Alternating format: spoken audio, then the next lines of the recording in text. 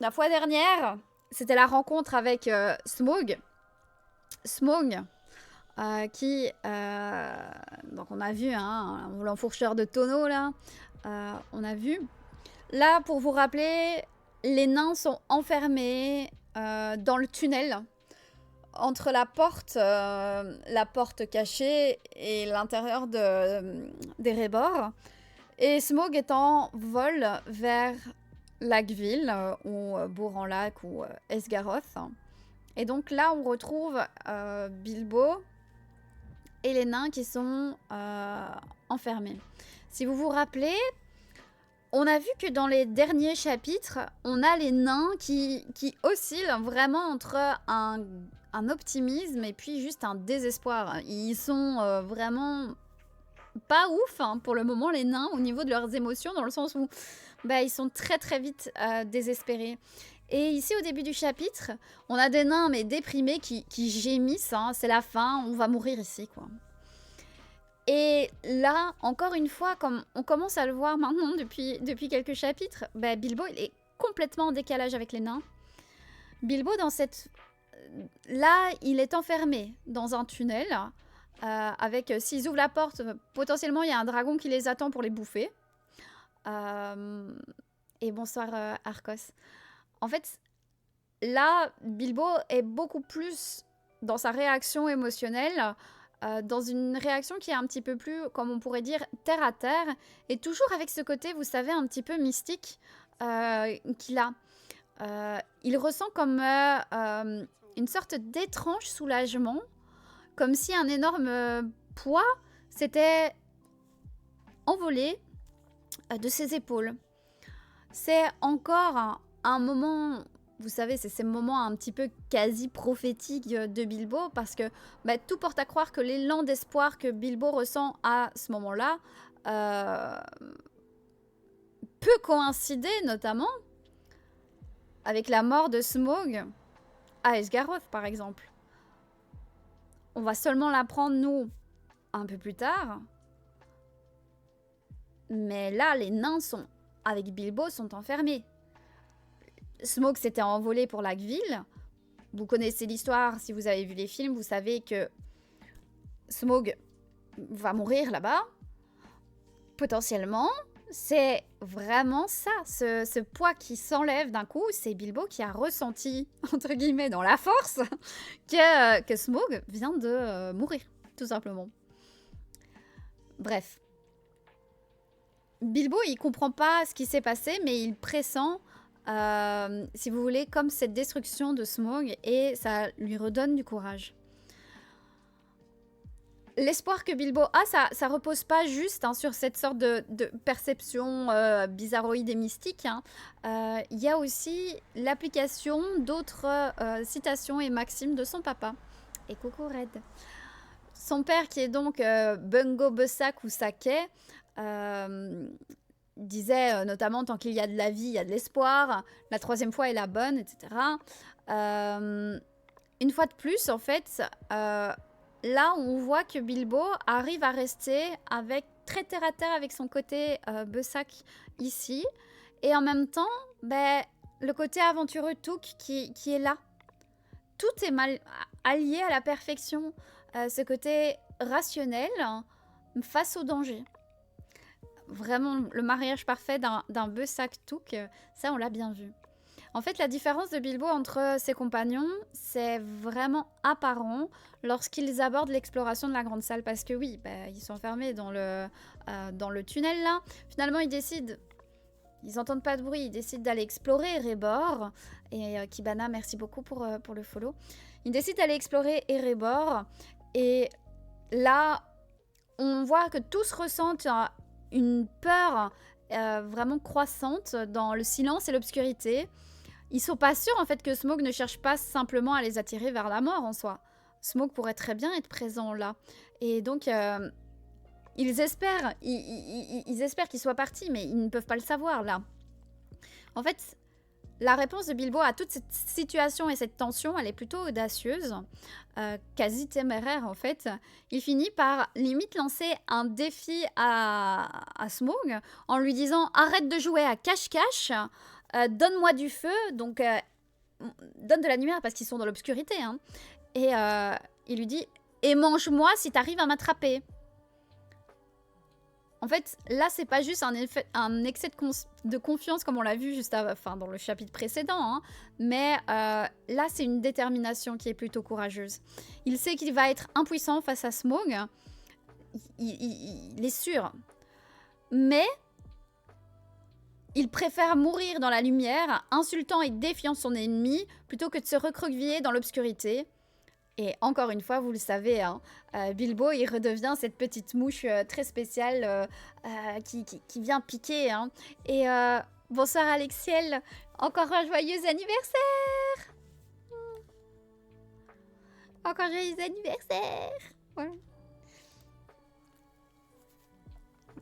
Les nains, eux, de leur côté, vont plutôt être réticents.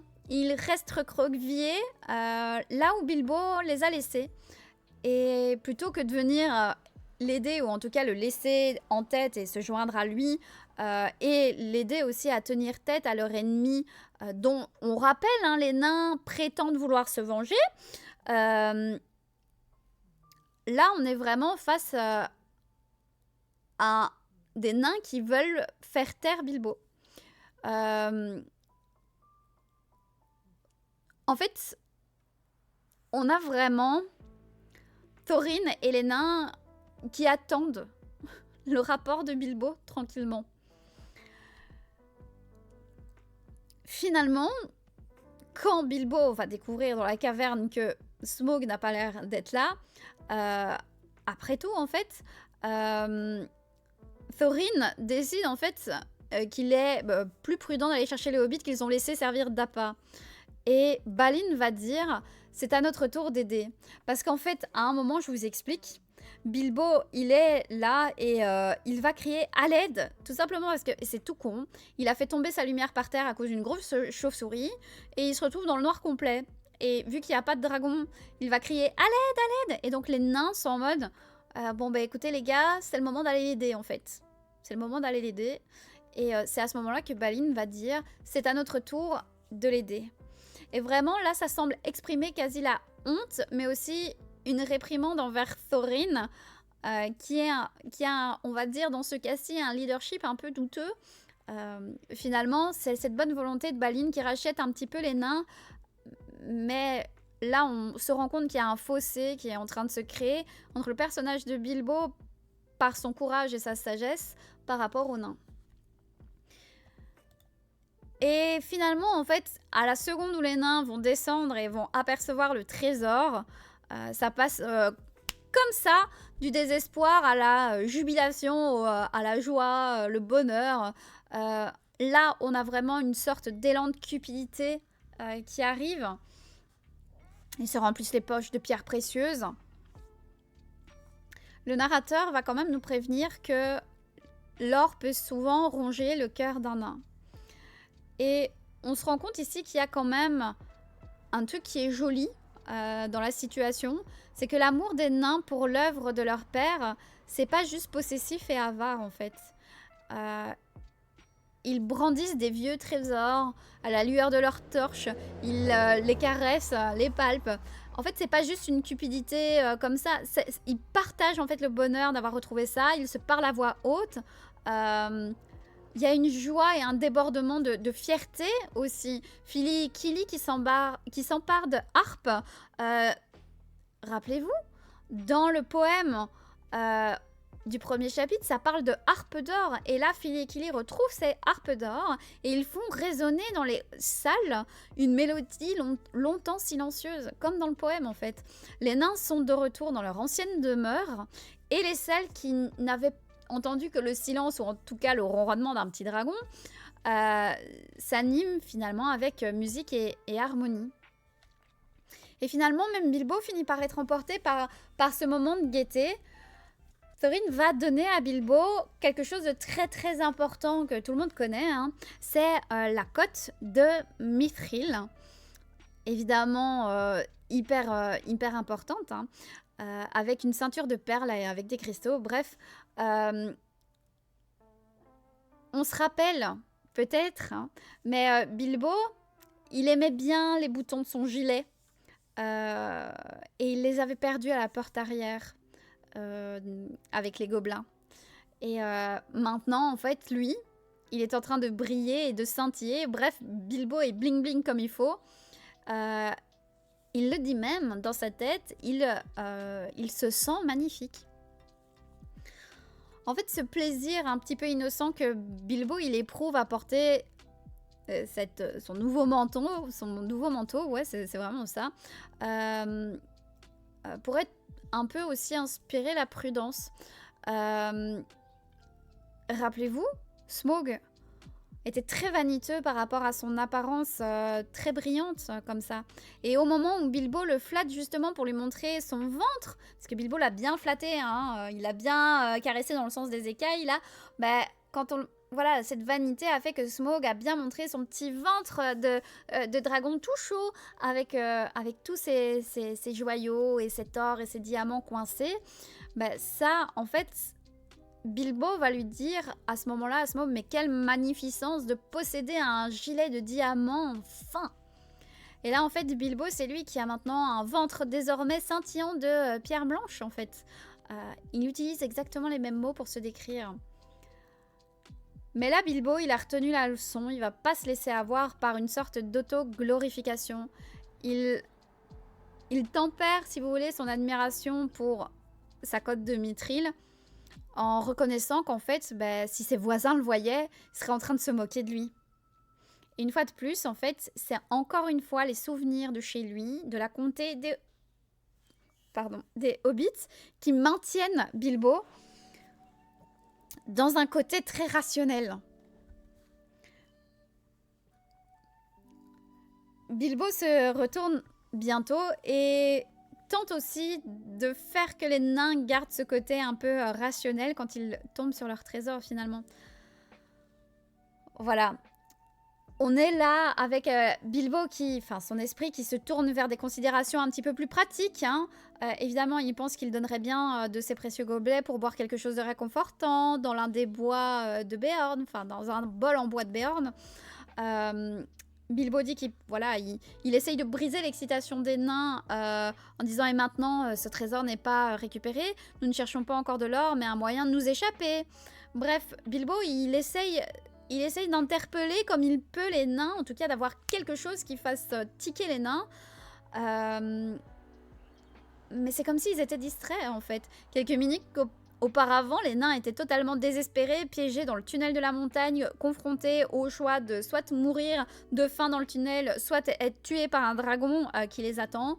Bref, maintenant ils ont, si vous voulez, trouvé une sorte de chance inattendue et inexpliquée de pouvoir justement s'enfuir.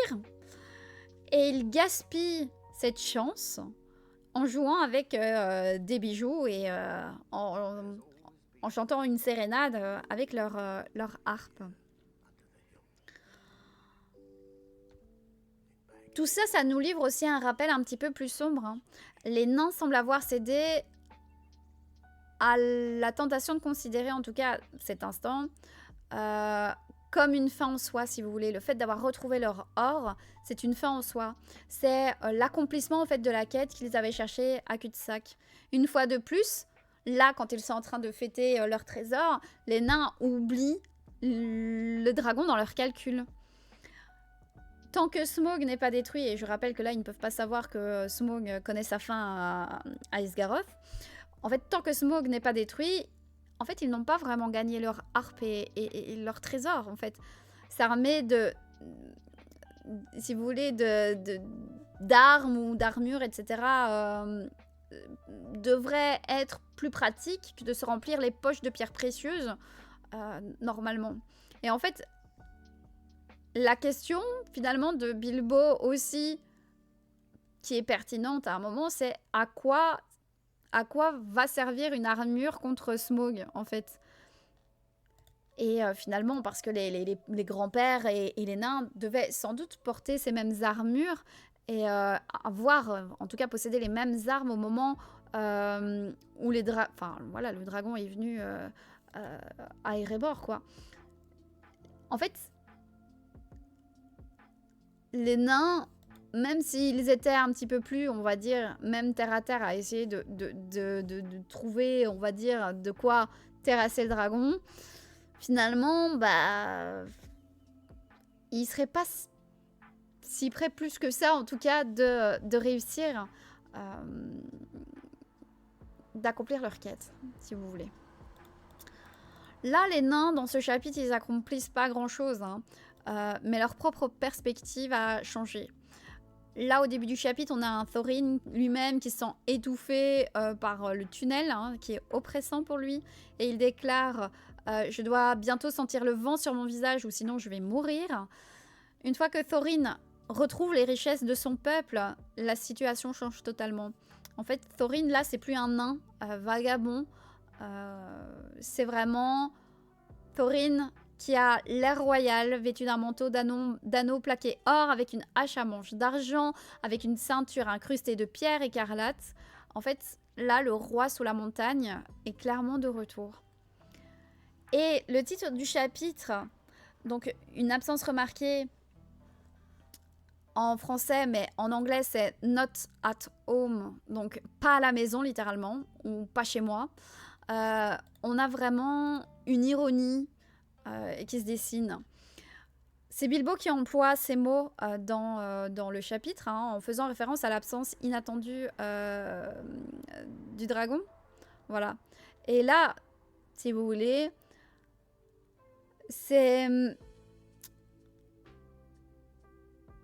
comme si, en fait, Bilbo employait un langage vraiment familier, comme si, en fait, Smaug, et c'est très marrant, comme si Smaug était parti pour honorer quelque chose comme l'heure du thé. Mais les paroles de Bilbo, c'est que les salles ici, c'est surtout la demeure du dragon. Bilbo et les nains ne sont que des visiteurs, là. Même si c'est la maison, normalement, et que c'est Thorin, le roi sur la montagne. Mais là, actuellement, en fait, les nains et Bilbo sont théoriquement encore des hôtes indésirables, et voire des intrus. Et Thorin sent maintenant qu'aussi il est rentré chez lui. Et Bilbo, il n'arrête pas d'essayer de rappeler à Thorin qu'il n'est pas chez lui, mais dans l'antre de Smaug, en fait. Et Thorin va commencer à dire des salles obscures que c'est son palais. Alors qu'il rentre dans une chambre qui est littéralement en ruine, avec des bancs calcinés, des tables pourries et tout ce que vous voulez, Thorin dit qu'ils sont dans la grande salle des festins et du conseil de Thror. En fait, Bilbo, lui, qualifie l'endroit juste après de trou noir intemporel et sans horloge. Et Thorin va se vexer en disant... pas se vexer, parce qu'il en rit, mais il dit « N'appelle pas mon palais un trou noir, attends qu'il soit nettoyé et redécoré ». En fait, à chaque fois, Bilbo va essayer de casser l'enthousiasme de Thorin en lui disant, dans ce cas-ci, ce ne sera pas avant la mort de Smaug, par exemple. Et Thorin considère un petit peu, si vous voulez, les salles de la montagne comme son palais. Mais Bilbo arrête pas de rappeler que le propriétaire actuel, notamment quand ils arrivent à la porte d'entrée du royaume, ben, Bilbo, il va dire, c'est le seuil de la maison de Smaug. En fait, Bilbo, à chaque seconde, refuse d'exclure Smaug de ses calculs. Mais Bilbo aussi, on peut très bien le dire, il n'est pas chez lui non plus. Ni la salle du roi nain, que ce soit le palais de Thorin ou l'antre du dragon, en fait, rien n'est familier pour Bilbo, on est bien d'accord. Et on l'a vu au chapitre 11, la dernière fois, Bilbo, il est conscient de la distance entre la montagne et sa colline. Il sait faire la différence entre entre le trou sale ici, insalubre et horrible avec des crânes et des ossements et tout ce que vous voulez, et son trou de hobbit confortable à cul-de-sac. En fait, les nains sont peut-être si proches de leur retour tant attendu, mais Bilbo, lui, il n'approche que de la fin de son voyage aller. Il est déjà aussi loin de cul-de-sac qu'il ne le sera jamais, en fait. Les nains, c'est drama queen. J'avoue. J'avoue. On l'a vu, hein, mais Bilbo ne s'intègre jamais vraiment parmi les nains, hein. C'est un compagnon, oui, il compte sur lui pour les guider, mais il reste aussi à l'écart. Le narrateur nous dit au chapitre 12 que Bilbo était devenu le véritable chef de leur aventure. Il avait commencé à avoir ses propres idées et plans. Et si vous voulez, là, on voit que les nains ont l'impression que Bilbo fait partie du clan, là, maintenant. Mais Bilbo, en fait, il est en décalage complet avec eux. Et ils le voient finalement comme le véritable chef de leur aventure. Et on verra hein, plus tard dans le Hobbit que bah, finalement, même ces idées un petit peu qu'il va avoir vont commencer à déplaire aux nains. Bref, l'entrée de Smaug, c'est l'apogée. Il va y avoir un moment où c'est l'apogée de la carrière de cambrioleur de Bilbo. Et vous savez très bien de quoi je veux parler hein, et vers quoi on se dirige. Voilà.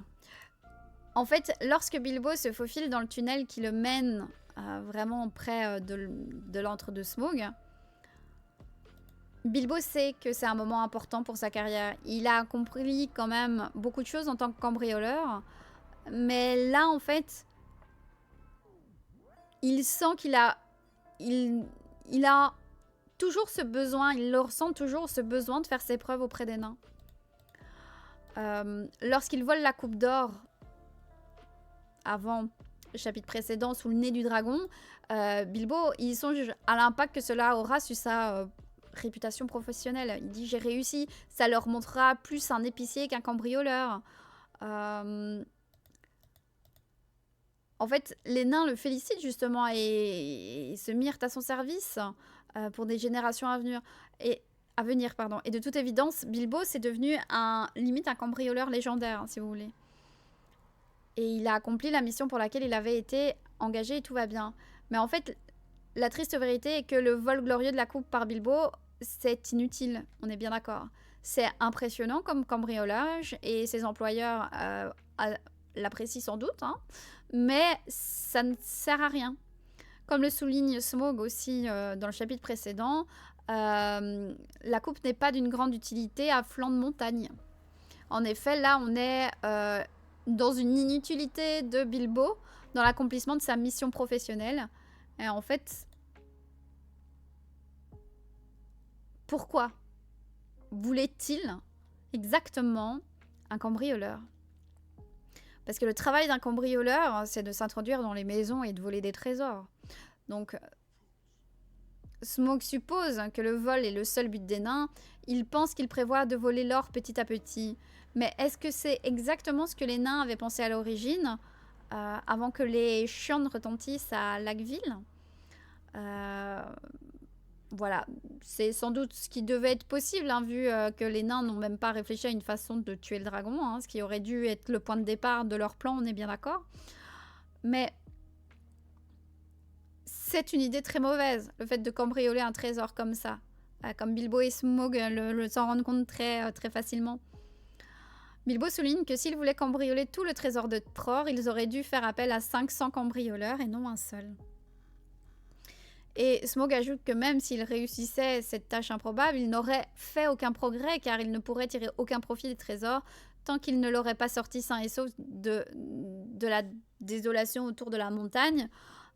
Bref, en fait, les nains n'ont ni pensé à la livraison, ni au transport, ni, si vous voulez, au payage et compagnie, quoi. En fait, ce dont ils ont vraiment besoin et ce que réclame leur soif de vengeance, c'est de tuer le dragon, en fait. Et le cambrioleur, dans le cadre de tuer un dragon, c'est pas vraiment utile. Et Bilbo, il le dit, se débarrasser des dragons, c'est pas dans mes cordes, en fait.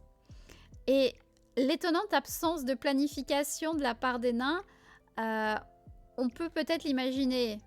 On peut peut-être l'imaginer parce qu'on a bien vu que les nains peuvent être un petit peu stupides et impulsifs, hein. Ça paraît plausible en tout cas qu'ils aient négligé une faille aussi incroyable dans leur plan.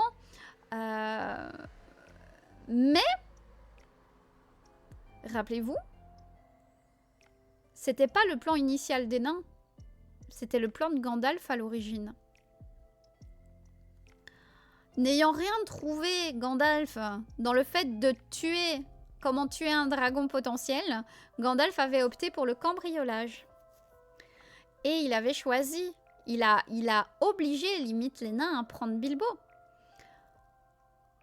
On a bien vu que les événements nous ont prouvé dans tous les chapitres précédents qu'emmener Bilbo, c'était une très très bonne idée. Hein. Il serait jamais allé aussi loin sans lui. Et cette sorte de chance qui l'accompagne. Donc il semble que la suggestion de Gandalf d'emmener un cambrioleur était judicieuse. Et qu'il y ait bien sûr un cambriolage à devoir accomplir.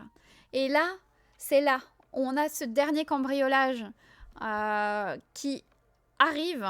C'est au lieu de porter, si vous voulez, un dernier coup au dragon ou de récupérer des objets précieux pour ses amis, Bilbo va commettre son dernier vol. Et ce vol, c'est contre les nains eux-mêmes. Bilbo va couronner sa carrière en dérobant l'un des objets les plus précieux de toute la Terre du Milieu, la pierre arcane ou l'Arkenstone de Thrain. En fait, là, on a les nains, si vous voulez, l'Arkenstone, c'est vraiment le savoir-faire ancestral, l'œuvre de leur père. L'Arkenstone, elle est taillée, façonnée par les nains. En fait, si vous voulez, l'Arkenstone, elle est tellement... Comment je pourrais dire? C'est comme un diamant brut. Elle est un globe à 1000 facettes, elle brille comme l'argent à la lueur du feu, comme l'eau au soleil, comme la neige sous les étoiles, comme la pluie sur la lune. C'est la beauté de la terre entière reflétée dans ça, en fait. Elle est... c'est le cœur de la montagne. Et en fait, aimer l'Arkenstone et l'apprécier, c'est aimer la beauté du monde naturel tel qu'il est. En fait. Et lorsque Bilbo... coucou Tam. Et lorsque Bilbo, en fait, va pénétrer dans la salle au trésor vide, il n'y a plus la lueur rougeâtre qu'il avait vue du dragon. Il voit cet éclat blanc pâle qui est la lueur de l'Arkenstone, qui scintille dans l'obscurité, telle une étoile dans la nuit, et qui attire Bilbo directement vers elle. C'est... Oui, c'est pour ça que certains pensent que c'est un Silmaril, et c'est pour ça que j'ai fait une vidéo sur les échos d'Imladris sur ça, hein, parce que c'est un bon sujet. En fait, Bilbo, il est fasciné par la gemme, et... En fait, il ne se rend même pas compte qu'il avait déjà le bras pour aller l'attraper. Et dites-vous que la pierre, elle est grosse, qu'il n'arrive pas à fermer sa main dessus. Et quand il y pense, hein, en se disant, ben voilà, ce sera mon dû, etc., il a mis, je crois que je choisirais celle-ci, même s'il me prenait tout le reste. En fait, là, Bilbo, il réclame sa récompense. Mais Bilbo, il est quand même très conscient qu'il est en train de faire quelque chose de mal. Déjà, il met l'Arkenstone, la pierre arcane, dans sa poche la plus profonde. Il ferme les yeux, en même temps, comme s'il voulait pas être témoin de ce qu'il fait. Et il reconnaît qu'il doit avoir l'obligation morale de parler de la pierre arcane aux nains, car il a déjà entendu Thorin et les autres dire combien la pierre lui était précieuse, enfin leur était précieuse. Mais il se dit, je vais faire ça à un moment indéterminé. Voilà. Et Bilbo, là, se dit, ça y est, je suis bel et bien un cambrioleur. Il a franchi une limite, et s'il continue de garder l'Arkenstone pour lui-même, là, il sera bel et bien un voleur. Et à ce stade, on peut dire, il ne faut pas se laisser influencer parce que Bilbo sait de l'Arkenstone après, dans les futurs chapitres. En fait, lorsqu'il met la gemme dans sa poche... Bilbo, il anticipe que des ennuis vont en résulter, qu'il va y avoir des catastrophes liées à ça. En fait, là, ce moment montre que l'histoire semble aller vers un tournant tragique. Et au moment où le dragon est sur le point d'être tué, à Lagueville, la maladie du dragon semble aussi s'installer un petit peu chez Bilbo et ses compagnons.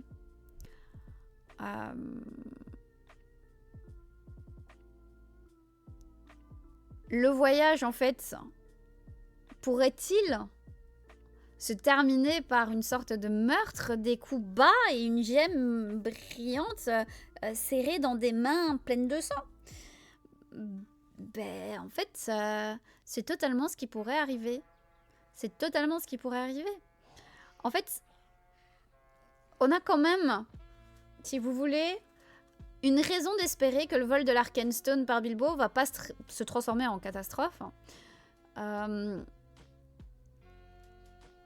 Si vous voulez, lorsque Bilbo il s'est livré à ses fonctions officielles de cambrioleur dans les chapitres 12 et 13, quand il se faufile dans la montagne en volant des trésors, en fait Tolkien il a multiplié les démarches et les moments où il confirme que Bilbo c'est pas un criminel.